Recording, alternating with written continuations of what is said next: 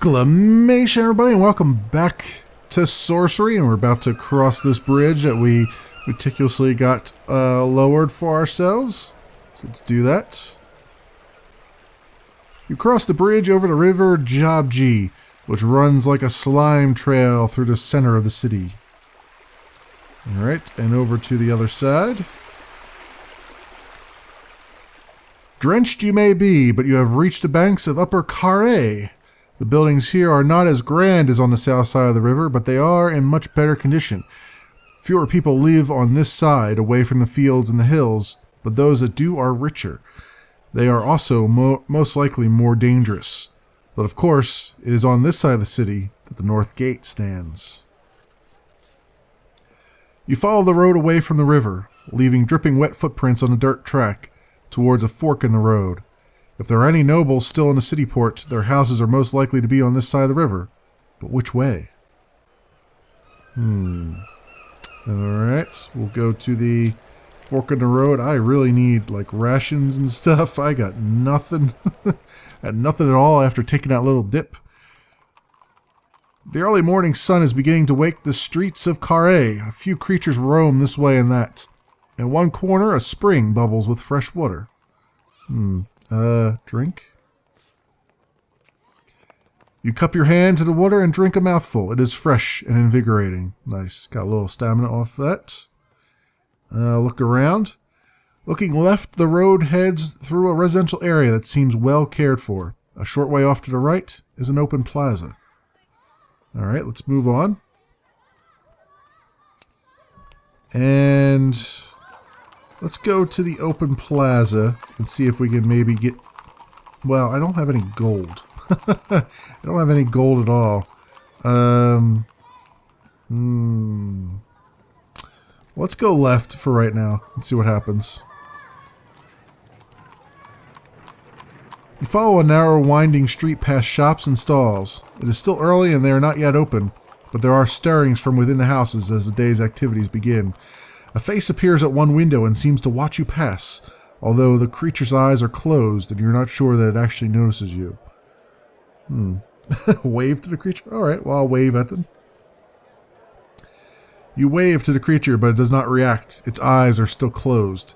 Another similar creature stands in a doorway across the street, washing themselves from a bucket. This one is thin and spindly, with a long face. Not exactly a human, and not an elven either, but something in between. A half-elf? Ooh, wow. No, he's like really, really spindly. Holy crap. Should I greet it while it's getting washed? Well, let's do it. You try to greet the washing creature, but it too has its eyes closed. At the end of the road, under a low arch, a group of youths are loitering, talking, and kicking stones into the gutter. They notice you and begin to point and talk amongst themselves. Ew, boy. The youths. Well, I don't know if there's much that they could steal from me, but I should probably take a side street to avoid them. You see an opening to one side and nip down it. The youths immediately give chase. Oh boy. They are quick runners and you will have to move fast to lose them, but these alleyways are tight and you cannot see what is around each corner as you approach. Run to the first junction. You race forward, reaching what used to be a crossroads, but the way ahead is blocked by a collapsed building. The youths are right behind you. Turn right. You veer right, racing past the edge of another building, reaching a T-junction with roads left and right. The youths are hot on your tail. Christ. Go left. You swing left, breathing hard as you run for all you're worth. A block further on, you reach a crossroads. In the alley straight ahead, someone has painted a circle in white paint on the ground. You hear a shout. The youths have fallen a little way behind, but they have not lost your trail. Painted a circle in white paint on the ground. Did I just run right into their trap? I might have run just right into their trap. Do I keep running? Do I turn left? Do I turn right? Let's turn right. You don't slow down, but keep moving. The youths are calling to each other. It seems they have lost your scent. You slow down, turning a few more corners at random until you emerge onto a wider street. You pause to catch your breath before moving on. Yep, the old serpentine move. The old serpentine move. Alright, we're in the red quarter, huh? Alright, I guess we'll follow the street, the long and winding street.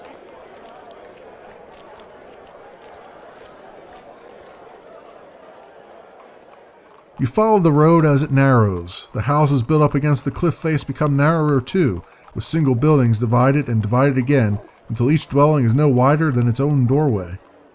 Oh, that's interesting. Walk on. You walk on, passing the ruins of a few grander buildings.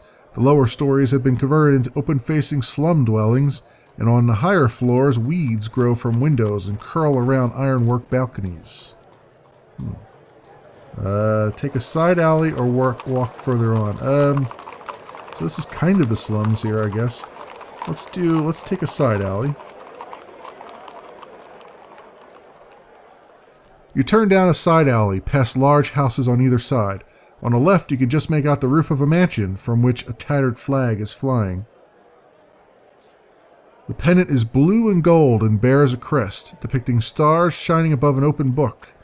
When the wind catches the flag, and lifts it, you can briefly make out a letter in black along the near edge. An L, perhaps? Okay. You ignore the flag and head on down the alley, which grows narrower as it approaches an open space. Back to the square here. I wonder what that... Let's go back to where we were. I have a feeling I missed something here. Let's go back this way again. Let's rewind. And then we'll walk on like we did. And then let's take this side alley again. And let's investigate that L. So turn back and head for the mansion. Intrigued, you turn back up the alley towards the flag. Alright. Oh, so it's coming back this way. Alright, got it. The road turns and heads roughly southeast once more, but you have been spotted. A group of young orklings are scurrying towards you. Oh boy. Wait for them to reach me or hurry to avoid them. You increase your stride, hoping to breeze straight past, but the gang is big enough for them to easily block the road. You are soon right in their midst.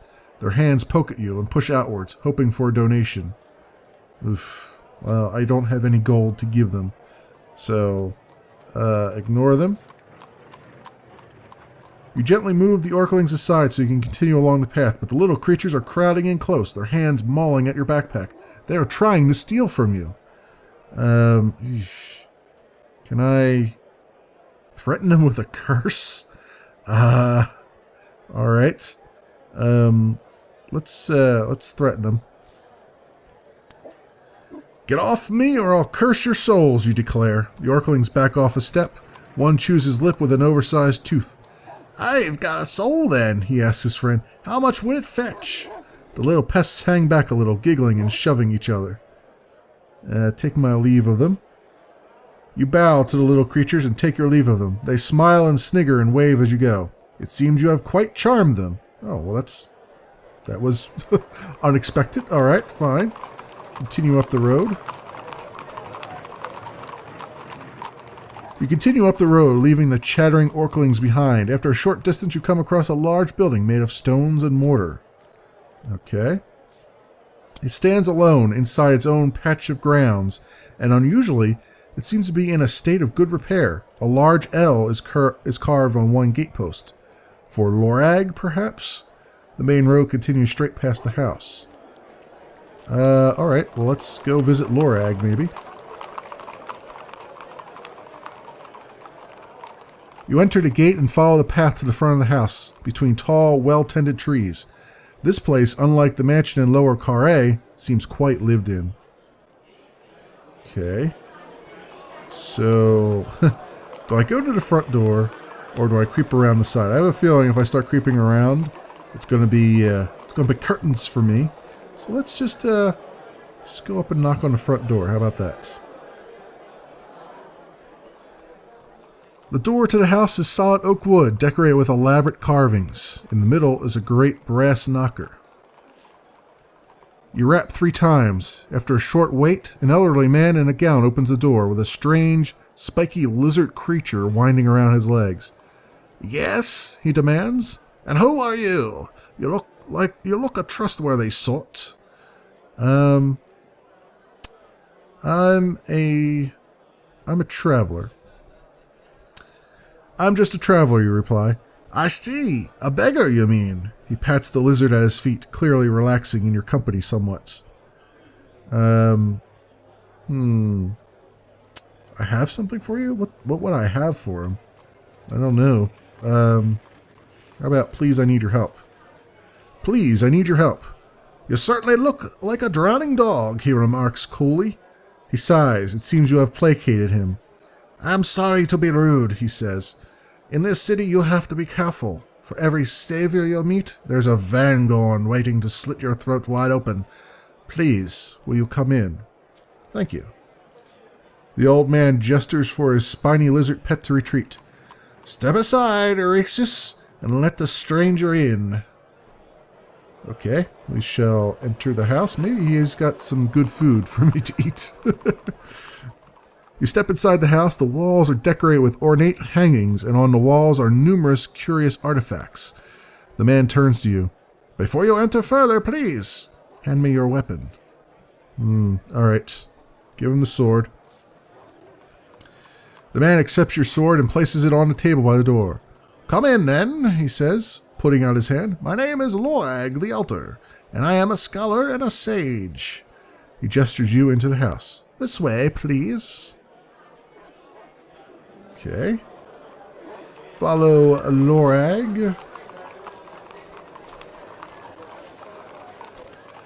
You follow him into his study, an elegant room lined floor to ceiling with books. Look around the study. You glance around at the shelves lined with hundreds of volumes. I think they mean hundreds of volumes on magic, maps, learning, weaponry, falconry, carpentry, and every other subject you can imagine. The only gap in the shelving is for a painting of a young man, Lorag himself perhaps, though it does not look like him, and the tag below reads, Krishanti. The scholar's pet is winding around his leg. He ruffles its spines absently. There, Orishus, he murmurs. There's a good beast. Ask Lorag about the painting. You're pointing at the painting. Who is that? Lorag scowls at you.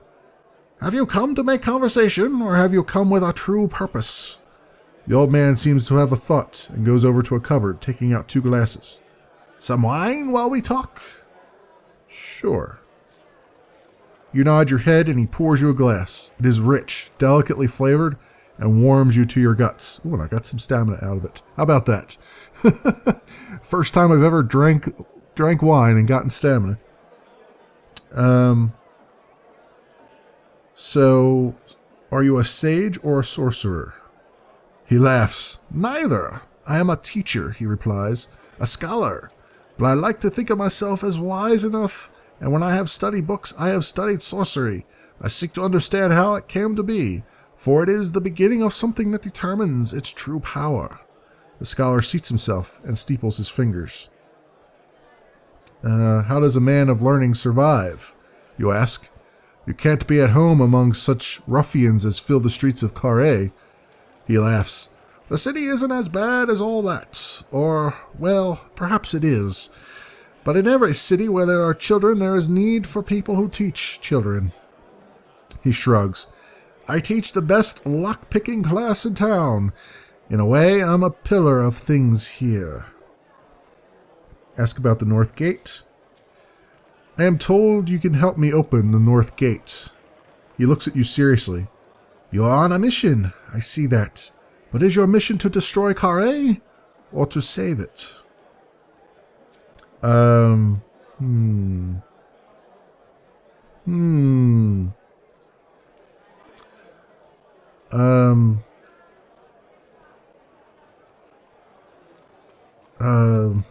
don't know whether to say I'm only passing through, I will save it, or whether it must, probably not going to say it must be destroyed.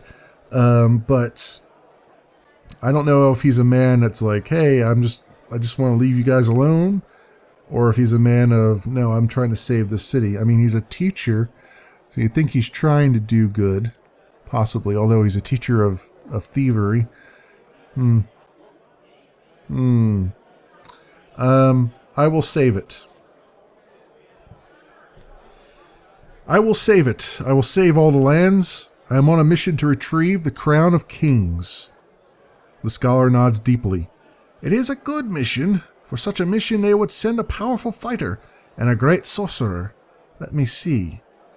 And he goes over to his bookshelf, returning with a paper folder. You know, of course, how magic comes to be in this world? No. Magic comes from the stars. The stars above create the power and the force that sorcerers channel for their work. And so the powers that are available are determined by the stars, not by the form of the spells themselves. Go on.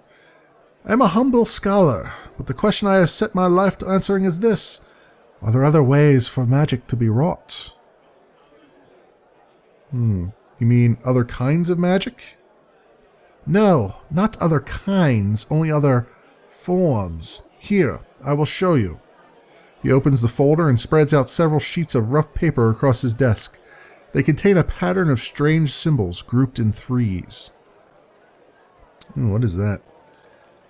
It's very... Yeah, those are very strange symbols, I will say. These were discovered, painted on the walls of the Dadule caves, he explains. I have paid handsomely to have them smuggled to me. Even the first noble of Carre does not know I have them, and if he did, his rage would be terrible. Do you know what they are? Tell me. He grins excitedly. They are spells, but not spells as we would have them. These were painted by cave people before the Dark Ages, over 300 years before Chalana discovered the crown.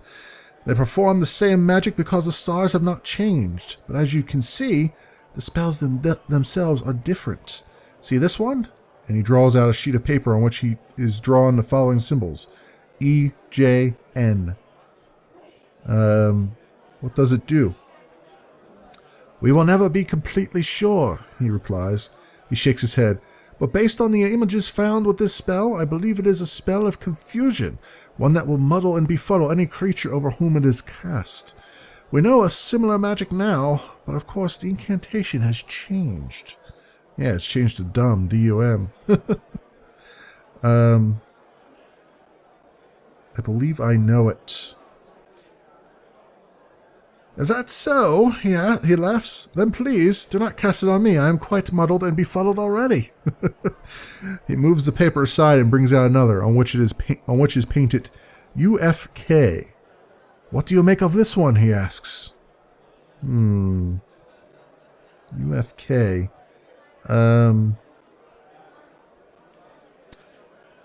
Would that be... Would it be F-U-K? As in, I need out of this right now. How about a spell of protection? Lorag shakes his head. No, that is not correct. Such spells existed, of course, but this is not one of them. Guess again. A spell of mind reading. Quite right. Lorag claps his hands. Well then, I see you truly are a sorcerer. Here, then, is my puzzle. He reaches over for another folder and opens it slowly and cautiously, as though the contents might try to bite him. Wait. He lays a sheet out on a desk. The spell was found inside one of the deepest caves, a place so old and ancient it had never been revisited since the time when these people set their home fires all across the Shamatati hills. The painting beside it indicated that this was their most powerful, most terrible magic, but as you see, the spell is partly lost. You understand his meaning.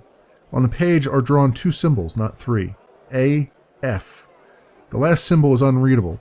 The scholar leans in urgently. A rockfall destroyed part of this picture, but dearly I wish to know, what was the last character?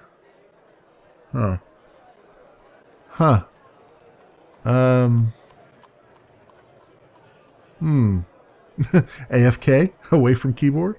That's, oh. Oh, I wonder if it's L. I wonder if it's L. I believe I know. He nods, never taking his eyes off from your face. He hands you a fresh sheet of paper and a quill. Draw it for me, he says. Oh, L is not one of them? Damn. Damn. F, E, Z, K, or J. Oof.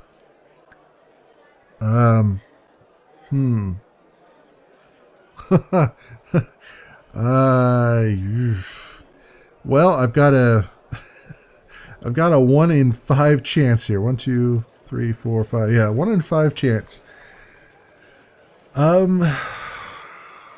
Let's say, there is a K here. I could put AFK. Let's try that.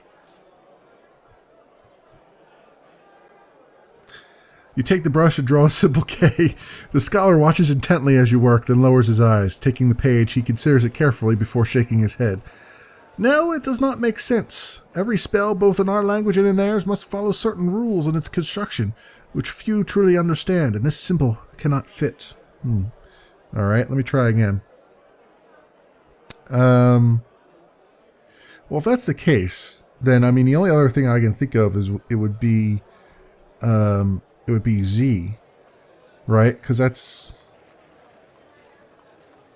yeah, yeah. I mean, that's the only other letter I've seen in a bunch of my spells. So let's try that.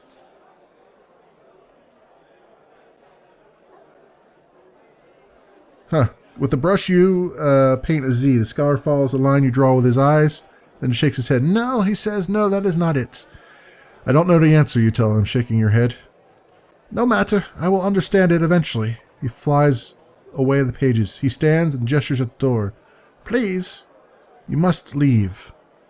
Alright. You nod your head and turn to leave. He shows you to the door. You retrieve your sword as you go. I think I need a do-over on that one.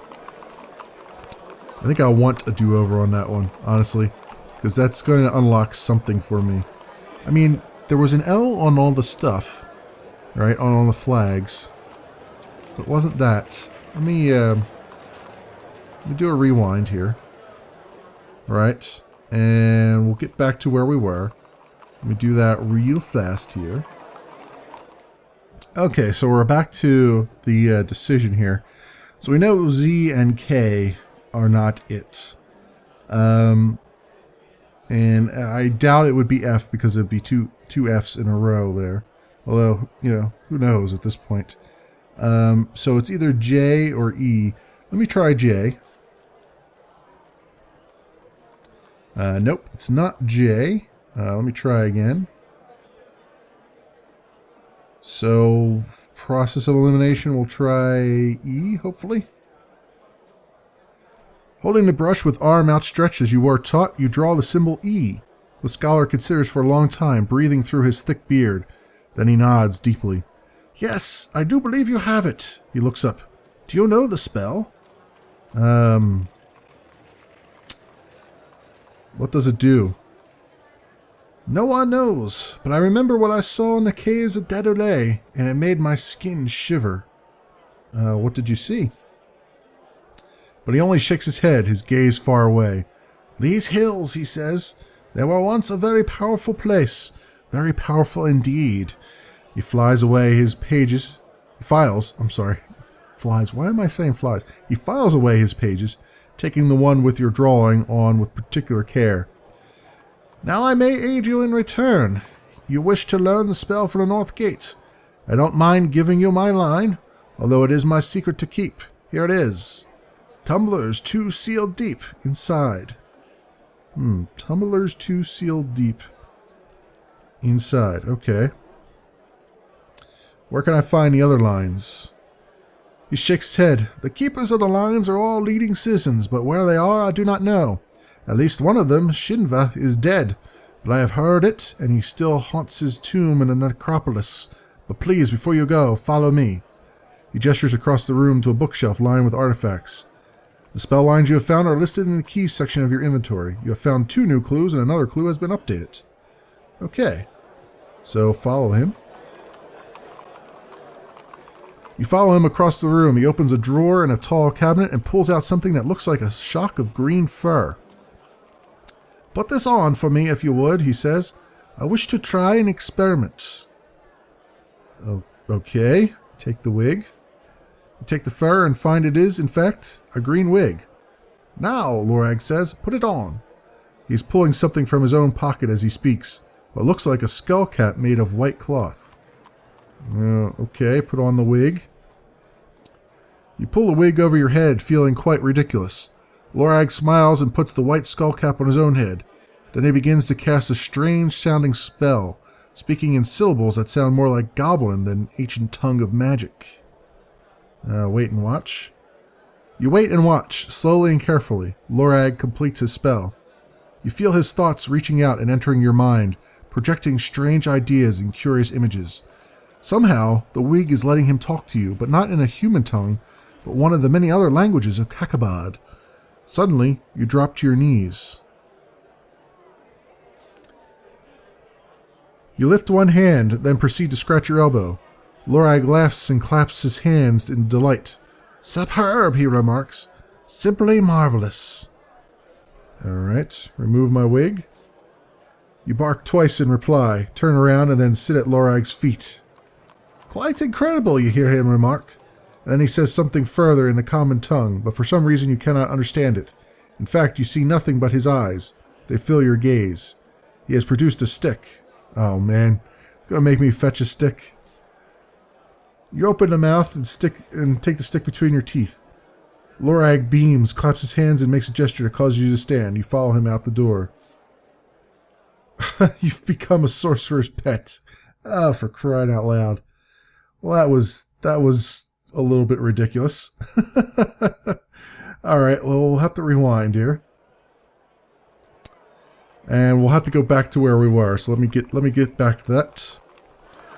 Alright, so we're back to where we were, and instead of following this guy, I'm just going to take my leave. You shake your head. "I'm leaving." "Very well," Lorag replies and shows you to his door. You retrieve your sword as you go. Alright, very good. Let's leave the house. Return to the main road. Excellent. Alright. And we will continue our adventure in the next episode. Thanks so much for watching, everybody, and I will see you next time.